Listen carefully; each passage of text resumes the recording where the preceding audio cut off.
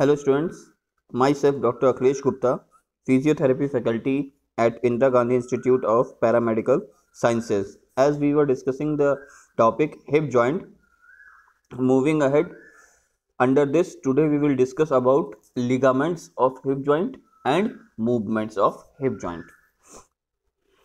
Ligaments जिसको हम static stabiliser भी बोलते हैं. The hip joint capsule is typically considered to have three reinforcing capsular ligament, two anteriorly and one posteriorly. तो hip joint के around तीन लिगामेंट्स होते हैं, जिसमें से दो आगे की तरफ होते हैं और एक पीछे की तरफ होता है. The ligament along with joint and capsule support 2/3 of the body weight.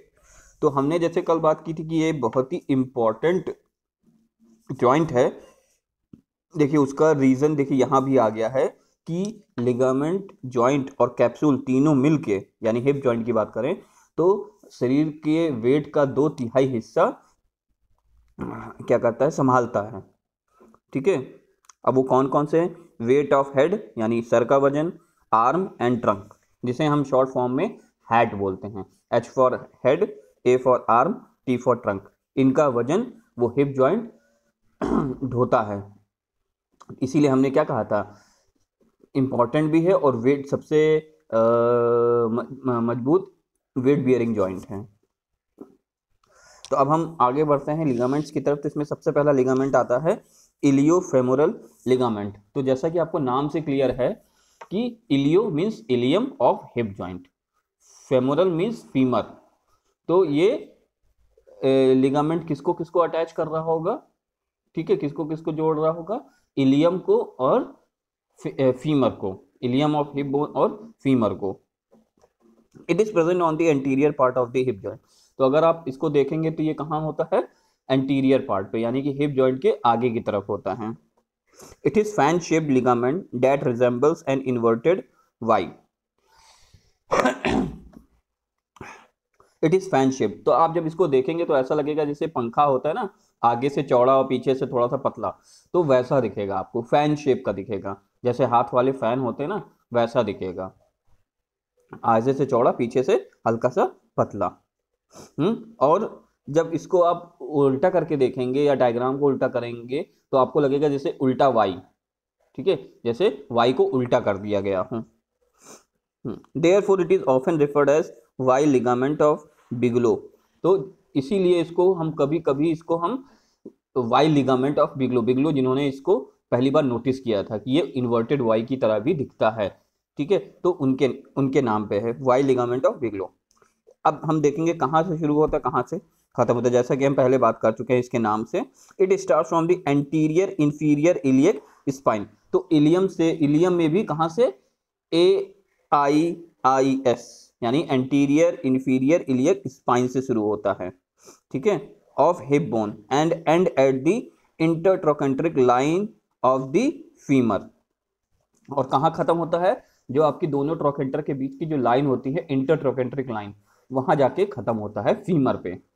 ठीक है, तो जैसे कि इस डायग्राम में आप देख सकते हैं, ये देखिए जो हम बात कर रहे थे कि इसको आप देखेंगे तो देखिए उल्टे वाई की तरह दिख रहा है ना. ये रेड वाला पार्ट सिर्फ देखिएगा, ग्रीन वाला नहीं, सिर्फ रेड वाला पार्ट. तो रेड वाला पार्ट अगर आप उल्टा देखें, जैसे ये वाई बना हुआ है, तो देखिए ऐसा ही तो लग रहा है जैसे वाई बना हो, उल्टा वाई बना हो. तो ये यही बात कर रहे थे. अब it has got two bands, यानी कि पार्ट सुपीरियर एंड इंफीरियर. इसके दो बैंड होते हैं, सुपीरियर और इंफीरियर. जैसे कि आपने ऊपर पढ़ा होगा कि बाइसेप्स के 2 हेड, ट्राइसेप्स के 3 हेड. ठीक है, उसी तरह से यहाँ लिगामेंट के 2 बैंड होते हैं ज़्यादा मजबूती प्रदान करने के लिए. ये देखिए इस डायग्राम में आप देख सकते हैं इलियोफेमोरल लिगामेंट के 2 बैंड जो वाई शेप बना रहे थे. ठीक है, तो वो इसी वजह से एक बैंड और 2 बैंड मिलके वाई शेप बना रहे थे. देखिए ऊपर वाला सुपीरियर और नीचे वाला इंफीरियर. ये देखिए सुपीरियर और इंफीरियर है. ठीक ठीक, next it's superior band is strongest and thickest ligament among all. It's superior band is the strongest and thickest ligament among all. तो अगर हम सभी हिप जॉइंट के सभी लिगामेंट की अगर बात करें तो इसका जो सुपीरियर वाला बैंड होता है वो सबसे मजबूत होता है और सबसे चौड़ा होता है। It prevent hyper extension of the hip joint. तो जैसा कि हमने बताया था स्टैटिक स्टेबलाइजर, तो स्टैटिक स्टेबलाइजर यानी कि रोक रहा है किसी चीज को, तो इसका भी काम होता है रोकना। तो ये क्या रोकता है? Hyper extension of the hip joint, यानी कि जब हम एक्सटेंशन करते हैं यानी पैर को पीछे की तरफ ले जाते हैं तो बहुत ज्यादा ना जाए, उसको कौन काम करता है रोकने का? उसको देखने का कौन काम करता है? ये आपका इलियोफेमोरल लिगामेंट्स। मूविंग अहेड, अगला है हमारा प्यूबोफेमोरल लिगामेंट। जैसा कि नाम से क्लियर है, प्यूबो यानी कि pubis, pubis of hip bone, और फेमोरल यानी कि फीमर। तो it is also present on the anterior part of the hip joint. ये भी जैसा कि हमने बात की थी कि दो एंटीरियर और एक पोस्टीरियर होता है, तो ये भी anterior part of the hip joint पे पाया जाता है। It starts from anterior aspect of the pubic ramus, जैसा कि प्यूबो से क्लियर हो रहा है, प्यूबिक रैमस से शुरू होता है और एंड होता है anterior surface of intertrochanteric fossa. तो इंटरट्रोकेंट्रिक फोसा जो होता है वहां जाके फिनिश होता है। It limit the hip joint abduction. तो अगर हम अब इसकी बात करें तो ये क्या करता है? ये हिप जॉइंट को रोकता है, ये हिप जॉइंट को रोकता है, हिप जॉइंट को एबडक्शन को रोकता है ताकि वो ज्यादा ना हो, जितना शरीर को चाहिए सिर्फ उतना ही हो, उससे ज्यादा ना हो।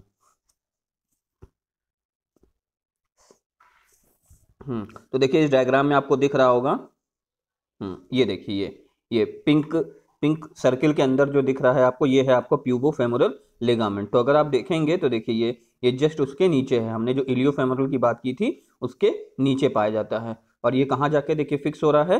देखिए प्यूबिक रैमस पे फिक्स हो रहा है, देखिए है ना ये। तो इसीलिए इसका नाम प्यूबोफेमोरल लिगामेंट पड़ा है। अब हम जब इन दोनों की कंबाइन, यानी दोनों की कंबाइन की बात मतलब करें, यानी कि इलियोफेमोरल लिगामेंट और pubofemoral ligament, these two anterior ligament यानी इलियोफेमोरल और pubofemoral ligament forms the Z shape. तो जेड शेप बनाती हैं या क्रिएट करती हैं। अगर आप दोनों को मिला के देखेंगे, अगर ठीक है, दोनों को मिला के इलियोफेमोरल और प्यूबोफेमोरल लिगामेंट को मिला के देखेंगे तो आपको दिखेगा कि ये जेड शेप बना रही है। तो ये इस डायग्राम में देखिए नीचे वाले, ये देखिए ये जो नीली लाइन बनाई गई है, देखिए जेड शेप है ना, तो ये देखिए लिगामेंट इसी शेप में होता है। ऊपर के दो बैंड आपके इलियोफेमोरल के हैं और नीचे का एक बैंड आपका प्यूबोफेमोरल का है। तो ये तीनों जब मिलते हैं, दो बैंड ऑफ इलियोफेमोरल और एक बैंड एक उसका प्यूबोफेमोरल, तो देखिए जेड शेप बनाता है ना। तो ये यही कह रहे हैं कि ये ऐसा अपीयर होता है जैसे ये जेड शेप बना रहा हो। नेक्स्ट है हमारा ischiofemoral ligament. It is present on the posterior part of the hip joint. तो ये कहाँ होता है? Posterior part of the hip joint, यानी हिप जॉइंट के पीछे की तरफ होता है।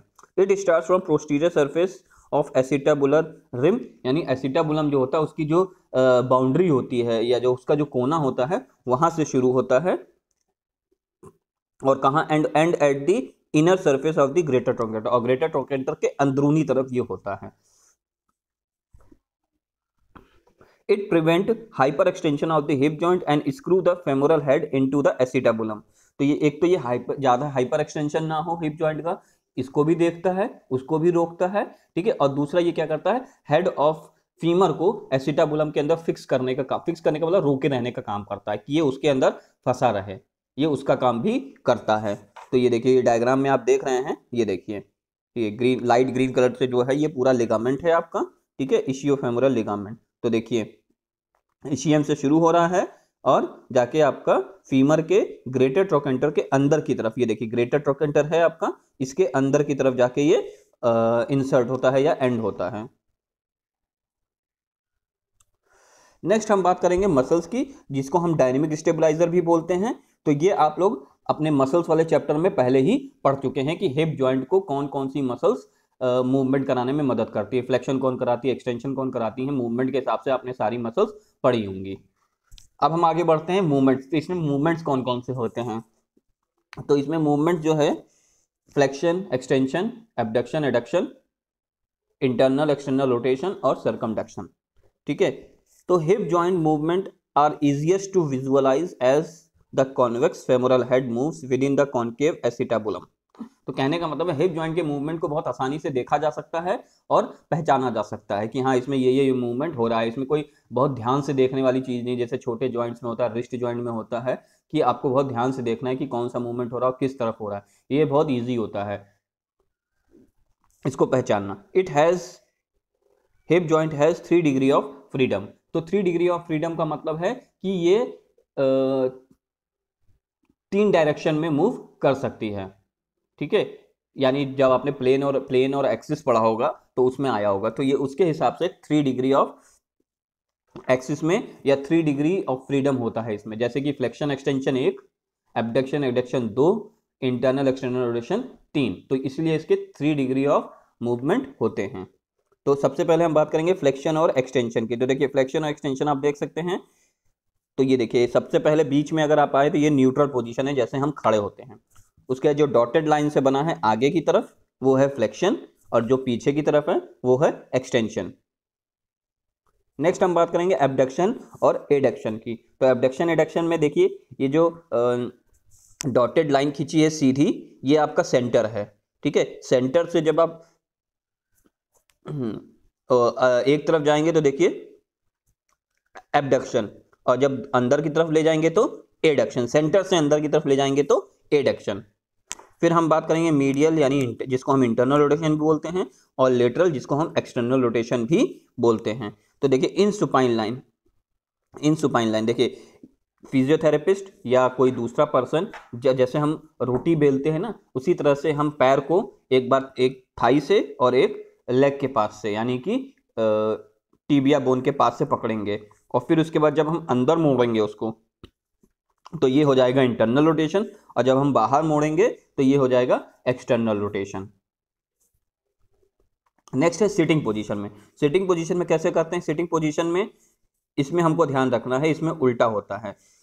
जब आपका नीचे का सोल यानी कि पंजा जो है, पैर का पंजा जो है वो बाहर की तरफ जाए तो वो इंटरनल, क्यों? क्योंकि उसमें हिप जॉइंट का जो क्या नाम है, हेड ऑफ फीमर है, वो अंदर की तरफ जा रहा है, इसलिए हम उसको ध्यान देंगे, ना कि हम सोल को ध्यान देंगे। ये ध्यान रखने वाली बात है। सोल को हम ध्यान देंगे, यानी कि ये जो पंजा है पैर का उसको ध्यान देंगे, उसको ध्यान नहीं देंगे। हम हेड ऑफ फीमर के मूवमेंट को ध्यान देंगे कि अगर हेड ऑफ फीमर अंदर जा रहा है तो इंटरनल रोटेशन, ठीक है, और ये देखिए अगर बाहर की तरफ जा रहा है तो एक्सटर्नल रोटेशन। कौन? Head of femur. लेकिन वो तो आपको दिखेगा नहीं, ठीक है, वो तो अंदर होता है। तो आपको कैसे पहचानना है? आप नी जॉइंट को अपना लैंडमार्क बना सकते हैं कि नी जॉइंट का जो पटेला वाला पार्ट है या जो कोना है वो अगर अंदर की तरफ जाए तो इंटरनल और बाहर की तरफ निकले तो एक्सटर्नल। ठीक है, सोल से कंफ्यूज मत होइएगा, सोल से कंफ्यूज होने की जरूरत नहीं है। सोल जिधर जाएगा उसका अपोजिट मूवमेंट होगा, सोल से कंफ्यूज होने की जरूरत नहीं है। अगला हम बात करेंगे, एक और है सुपाइन लाइन में।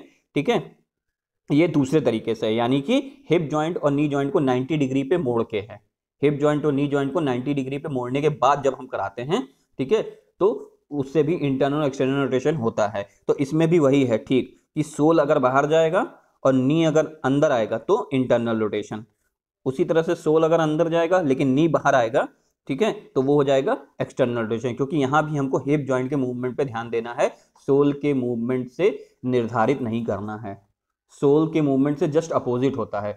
सोल अगर अंदर जा रहा है तो एक्सटर्नल रोटेशन, सोल अगर बाहर जा रहा है तो इंटरनल रोटेशन। तो कंफ्यूज होने की जरूरत नहीं है।